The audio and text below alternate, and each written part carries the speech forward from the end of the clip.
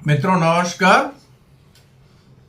भारतीय राजनीति के अजात शत्रु अटल बिहारी वाजपेयी, डॉक्टर सुधाकर मिश्र कृत अटल गीत तथा अन्य रचनाएं नीलन पब्लिकेशन मुंबई से प्रकाशित हैं। कुल 93 पृष्ठों में 41 रचनाएं संपादित हैं, जिनमें 5 रचनाएं विशेष रूप से अटल बिहारी वाजपेयी पर केंद्रित हैं। संग्रह की ब्रह्मवादिनी रचना अटल गीत तथा अन्य रचनाएं संग्रह की भूमिका कविता के रूप में कवि के काव्य दृष्टि की उद्घोषणा करती हैं। अटल गीत तथा अन्य रचनाएं संग्रह में उद्धृत ब्रह्मवादिनी, हे अटल, हे अजात शत्रु, हे अटल तुम्हारा अभिनंदन, हे अटल तुम्हें सत सत प्रणाम और जय अटल मिलकर अटल जी के व्यक्तित्व, कृतित्व और राष्ट्रीय योगदान का बहुआयामी काव्य चित्र प्रस्तुत करते हैं। अटल जी स्वयं स्वतंत्र भारत के प्रमुख राजनेता, 3 बार भारत के प्रधानमंत्री, प्रखर मुखर वक्ता, मान्य कवि, बेहतरीन इंसान के रूप में जाने जाते हैं, जिनकी छवि भारतीय राजनीति के अजात शत्रु यानी जिनका न कोई शत्रु हो के रूप में स्थापित हुए। कवि दृष्टि और काव्य आदर्श ब्रह्मवादिनी कविता में दृष्टिगत होता है। कवि स्वयं ब्रह्मनंदिनी से 2 वर मांगता है: सुंदर छंद निर्माण की क्षमता, शब्द अर्थ भाव की ऐसी समन्वित सुरभ जो पाठक और श्रोता के मन में सौंदर्य, ताजगी और आनंद जगाए। कविता में शब्द अर्थ हो, पुष्प गंध से भावों का निरभ्र अरुणोदय और पुष्ट कल्पना के पंखों पर उड़कर स्वर्ग से अमृत लाकर धरती पर काव्य आधार पर लगाना जैसे बिंब यह संकेत करते हैं कि कवि काव्य को दैवी और लोक कल्याणकारी शक्ति के रूप में देखता है, केवल मनोरंजन या निजी आत्मव्यंजना के माध्यम के रूप में नहीं।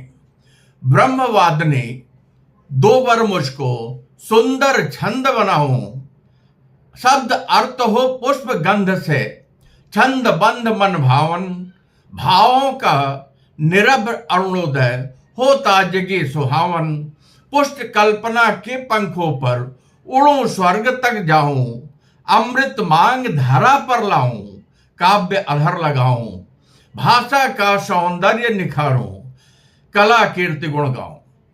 अटल जी या अन्य रचनाएं ग्रंथ के पृष्ठ 8 से। इस भूमिका कविता में भाषा सौंदर्य, कला कीर्ति और काव्य गुण गायन के साथ देश प्रांत की गौरव गाथा गाने, अंधकार को मिटाने, ज्ञान सूर्य की लाली फैलाने और जन जन के हित, शब्द समन्वय संयोजन की कामना प्रकट होती है, जो आगे अटल जी पर लिखी रचनाओं की राष्ट्रवादी और जन कल्याणकारी प्रवृत्ति का सैद्धांतिक आधार बन जाती है। इस प्रकार ब्रह्मवादिनी को संग्रह की वैचारिक भूमिका माना जा सकता है, जहां से कवि का काव्य धर्मी और राष्ट्र धर्मी दोनों दृष्टिकोण स्पष्ट हो उठता है। अटल बिहारी वाजपेयी ने जनसंघ फिर भारतीय जनता पार्टी के माध्यम से भारतीय राजनीति में में एक ऐसी शैली विकसित की जिसमें वैचारिक दृढ़ता के साथ संयमित भाषा, लोकतांत्रिक संस्कार, मानवीय संवेदनशीलता का अद्वितीय समन्वय दिखता है। उन्हें पहले जनसंघ के नेता, फिर विदेश मंत्री और अंत में देश के प्रधानमंत्री के रूप में पहचाना जाता है, जिन्होंने परमाणु परीक्षण, बुनियादी ढांचे के विकास, शिक्षा और संचार विस्तार जैसे निर्णयों के माध्यम से आधुनिक भारत की रूपरेखा को गहराई से प्रभावित किया।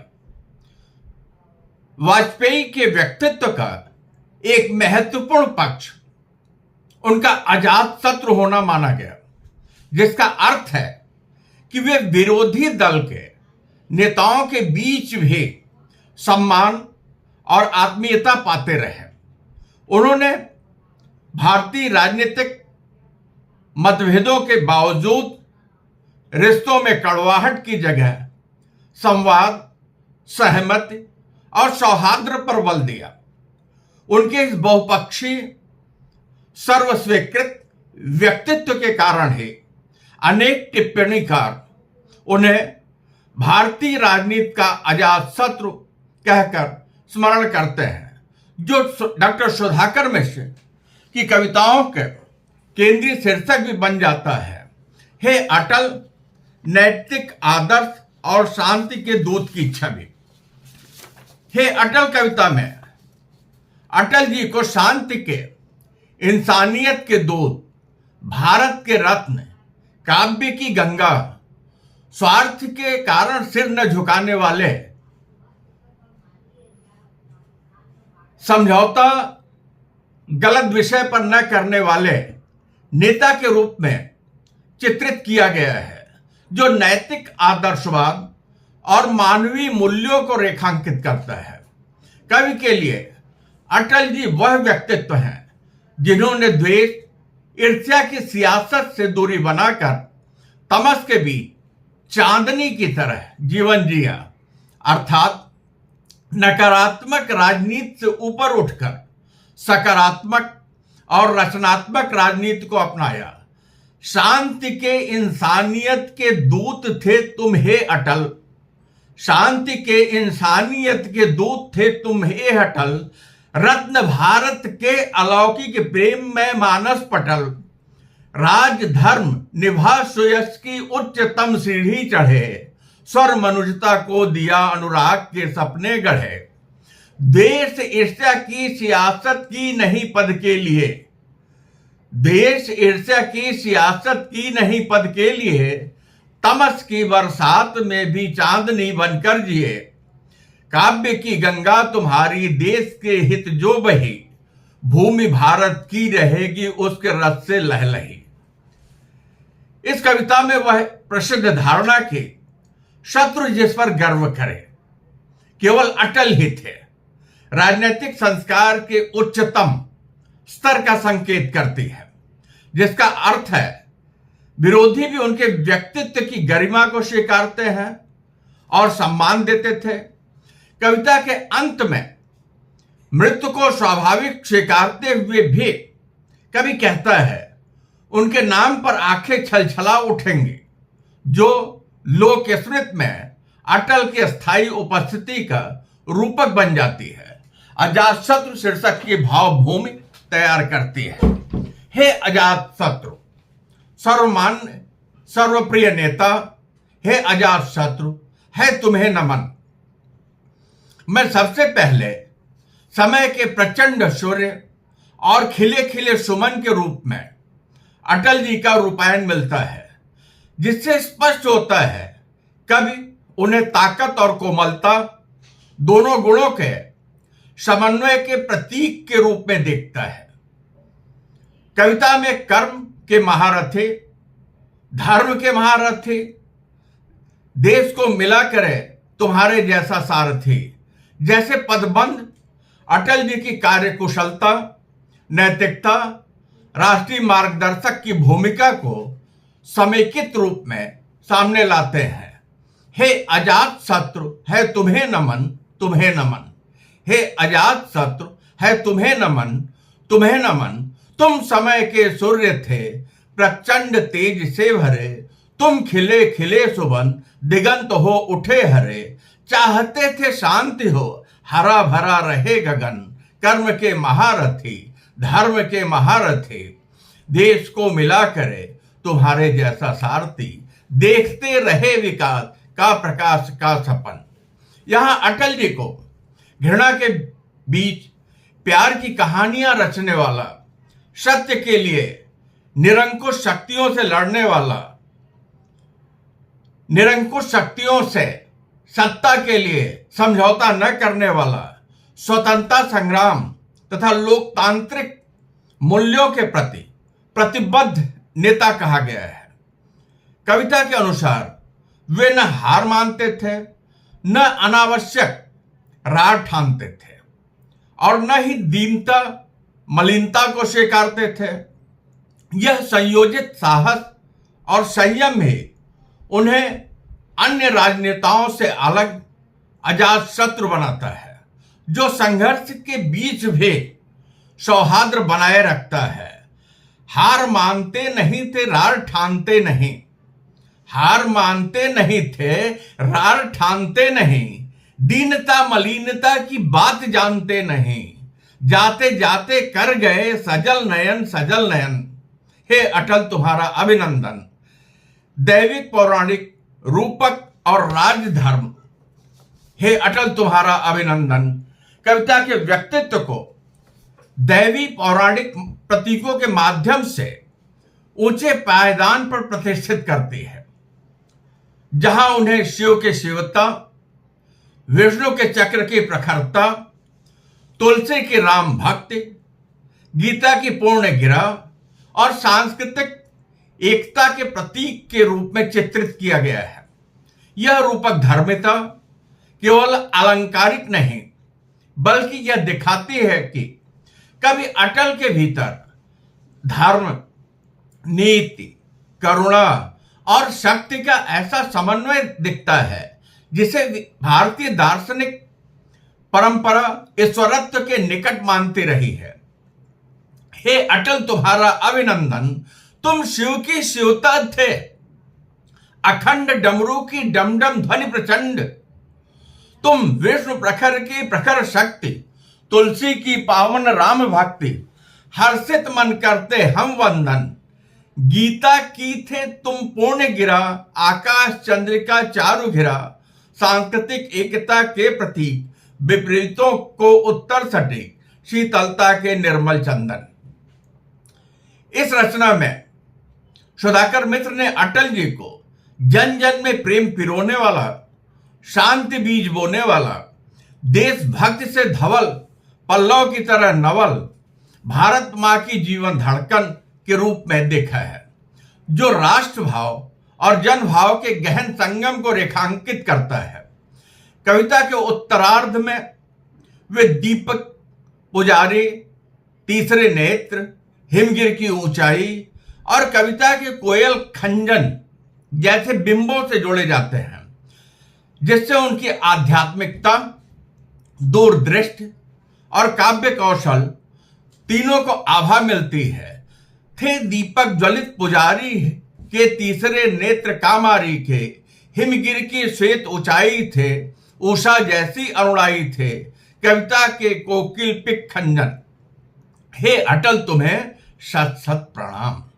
हे अटल तुम्हें शत शत प्रणाम कविता में सुधाकर मिश्र ने अटल की संसदीय मर्यादा, भाषण कला और लोकतांत्रिक संयम की विशेष रूप से प्रशंसा की है, जहां उनके बोलने को गाने के समान बताया गया है और उनके कविता पाठ को कोकिल स्वर तथा भाषा वैभव का अनिश्वर रूप कहा गया है। यह तथ्य ऐतिहासिक साक्ष्यों से भी पुष्ट होता है कि लोकसभा के विभिन्न मंचों पर अटल जी के भाषणों को कविता सरीखे लय, मार्मिकता, विनोद बुद्धि के कारण अद्वितीय माना गया है।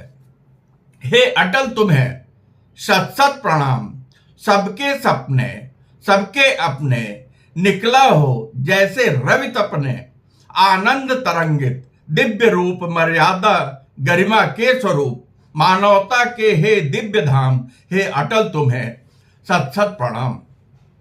संसद में जब भी आते थे, बोलते नहीं थे गाते थे, सुनते सब अद्भुत कोकिल स्वर, कविता का वैभव अनीश्वर, कटुता के हे अंतिम विराम, हे अटल तुम्हें सत सत प्रणाम।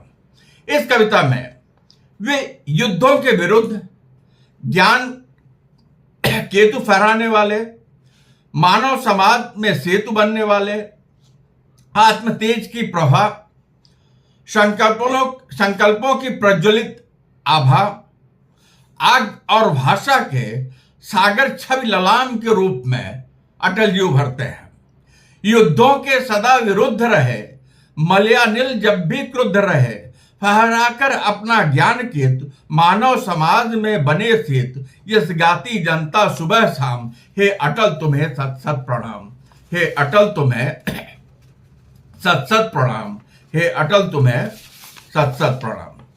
कवि यहां अटल जी के असीम सामर्थ्य को रेखांकित करता हुआ आगे बढ़ता है। यह चित्रण उनके द्वारा शांति वार्ता, परमाणु परीक्षण के बावजूद संयम, कूटनीति, बहुदलीय लोकतंत्र में सहमति, राजनीति और हिंदी प्रेमी वक्ता कवि की छवि के साथ मेल खाता है, जिसने उन्हें राष्ट्रीय ही नहीं अंतर्राष्ट्रीय स्तर पर भी विशिष्ट प्रतिष्ठा दिलाई। जय अटल एक तरह से अटल जी की काव्यात्मक जीवनी के समान है, जिसमें ग्वालियर में जन्म, पिता की विद्वता, घर के सांस्कृतिक वातावरण, ब्रज अवधि की कवि परंपरा से जुड़ाव, युवावस्था की स्वाभाविक रसमयता और उसके ऊपर राजनीति के प्रति समर्पण की कथा क्रमबद्ध रूप से गुथी गई है। इसमें अटल जी के परिवार, विद्यालय जीवन, उच्च शिक्षा, पत्रकारिता, संपादन कौशल, स्वाभिमान,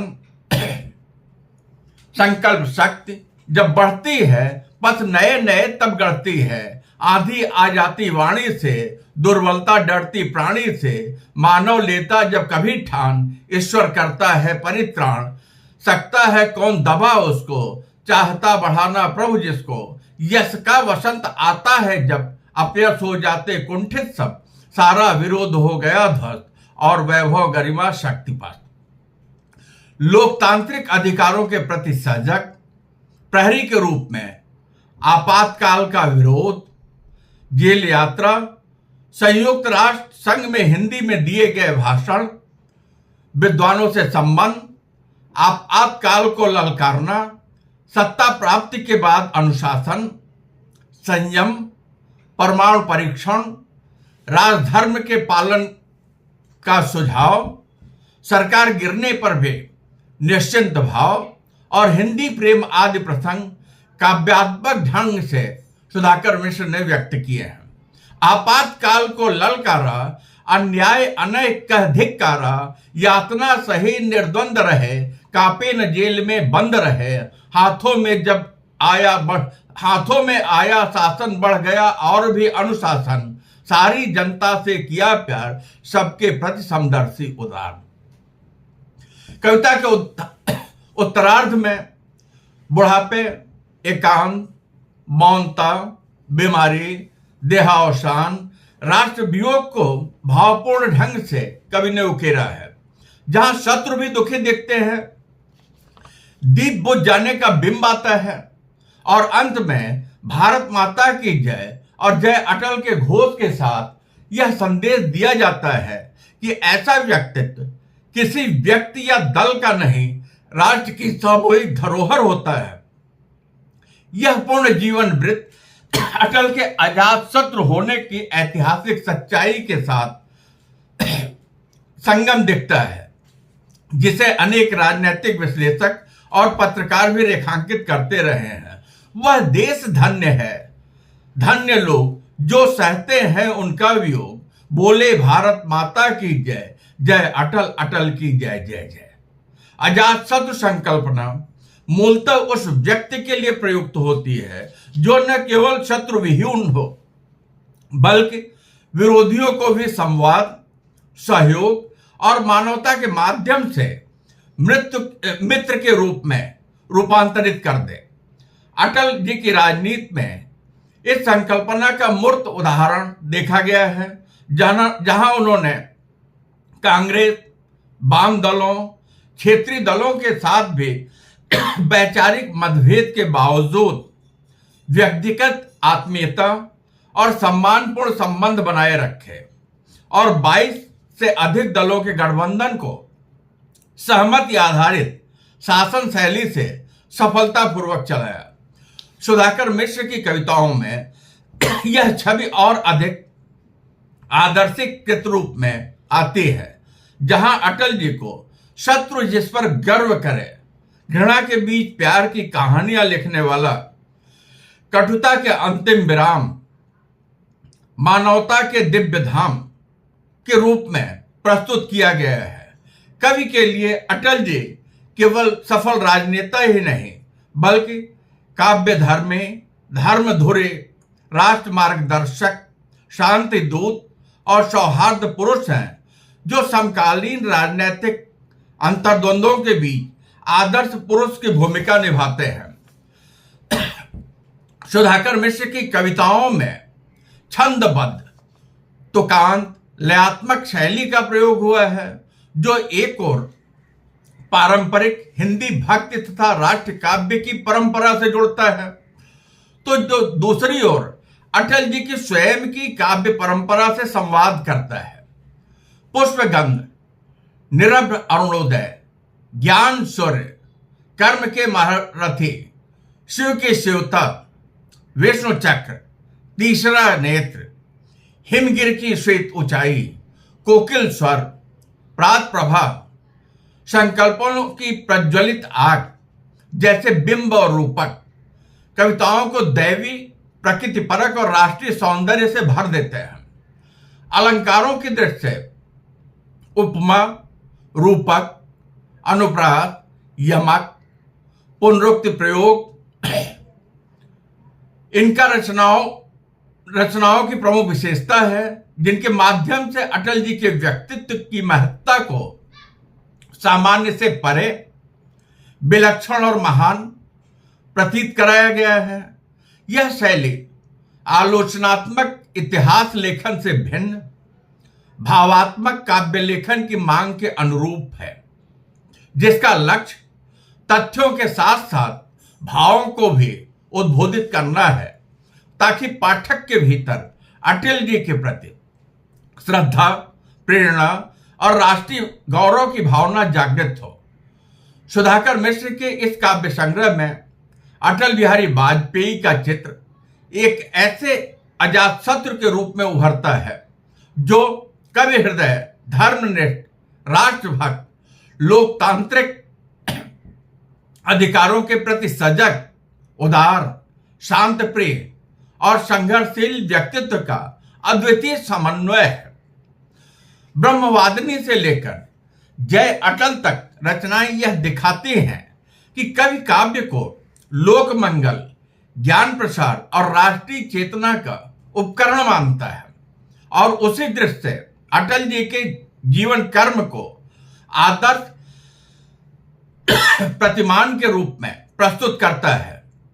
इन गीतों में अटल जी का व्यक्तित्व केवल राजनीतिक उपलब्धियों तक सीमित नहीं रहता बल्कि भाषा सौंदर्य, काव्य कला, मानवीय संवेदना, धार्मिक दार्शनिक गहराई और लोकतांत्रिक संस्कार के सम्मिलित रूप में सामने आता है, जो समकालीन भारतीय जन चेतना में अजातशत्रु अटल की लोक कथा को सुदृढ़ करता है। इस प्रकार डॉक्टर सुधाकर मिश्र का काव्य संसार न केवल अटल जी को श्रद्धांजलि देता है बल्कि आदर्श राजनीति, मानवीयता और राष्ट्र धर्म की एक सांस्कृतिक परियोजना के रूप में भी महत्वपूर्ण हो उठता है। मैं डॉक्टर उमेश चंद्र शुक्ल, उप प्राचार्य और अध्यक्ष हिंदी विभाग, महर्षि दयानंद कॉलेज परेल मुंबई अटल जी को पुनः प्रणाम करते हुए, कवि डॉक्टर सुधाकर मिश्र को नमन करते हुए हार्दिक धन्यवाद। डॉक्टर उमेश चंद्र शुक्ल।